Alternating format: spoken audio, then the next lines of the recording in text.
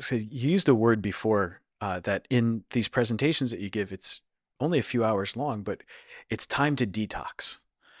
Mhm. Um, I really like that word and I appreciate how it's being used here. But can you dig into what that means? Why is it so important for us to detox from some of these messages that the world's giving, especially in light of that need for formation throughout our whole lives to understand who we are and who we're created to be? Yeah, I think of the gospel passage where our Lord says, "Come away by yourselves to a deserted place and rest for a while." And you look at that passage, "come away." He's not saying go away, like go, no deal here. Mm. Come away, meaning you're coming with me, and we're going to go to a place where we're away from all these distractions, and you're going to find some rest. And so that's what the evening is like. Let's go away for a while with Him to encounter Him.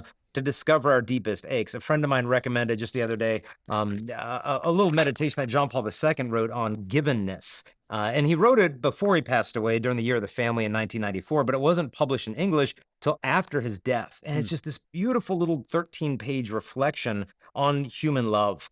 And it's just absolutely beautiful. And as you're reading this thing, it's almost like he takes the deepest aches in your heart and then kind of holds them up with reverence in front of your face to kind of meditate on. And you look at it and it's like, it's so beautiful. Why would I want to settle for anything less in my life? Mm. And so that's the idea, is that this is not a time of shaming and blaming and scare tactics and yeah, you're going to get pregnant and die of an STD and go to hell. I mean, that approach has never ever worked. I mean, if you think of any virtue you have, it's not because you're afraid of the alternative of not practicing that virtue. It's for the sake of love.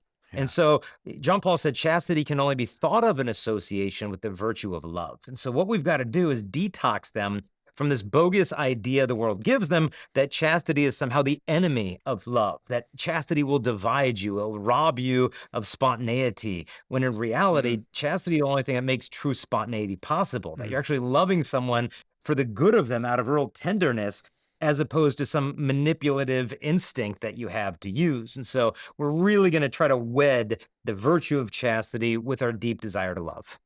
Mm. So in that, right, the central error the shaming? Is that what you would say the central error of the ideology is, or is it more philosophical than that, and like the central error is a materialist approach to the body? Yeah, well, St. John Paul II wrote a book called Love and Responsibility. And in it, he talked about we need to rehabilitate the word chastity. There's just so much negative baggage that is accumulated around that word. And he said it's come to the point where people just resent the message of chastity. Mm. And so instead of giving it its due place that it deserves respect, we realize, okay, that demands a special effort of my will. But rather than actually exercise that will, what I can do instead is just demean the virtue itself so I can lightheartedly pass it by and prefer what's comfortable and convenient for me. And so there's a hedonism at the root. There's a subjective relativism about it. There's a utilitarianism about it of like, I can judge how good something is by how much pleasure we all get out of it. And so Mm. there's a lot of philosophical faults at the root of today's hedonism. But I think the key that John Paul always kind of draws us back is the human being only deserves love. And so the opposite of love isn't to hate, it's to use the other person. And so what chastity does is it frees us from that selfish attitude to use so we can be free to love. And I think that's what resonates with these young people. I want freedom and I want love. And once they see that chastity offers them both, I think their hearts start to open to it. Mm.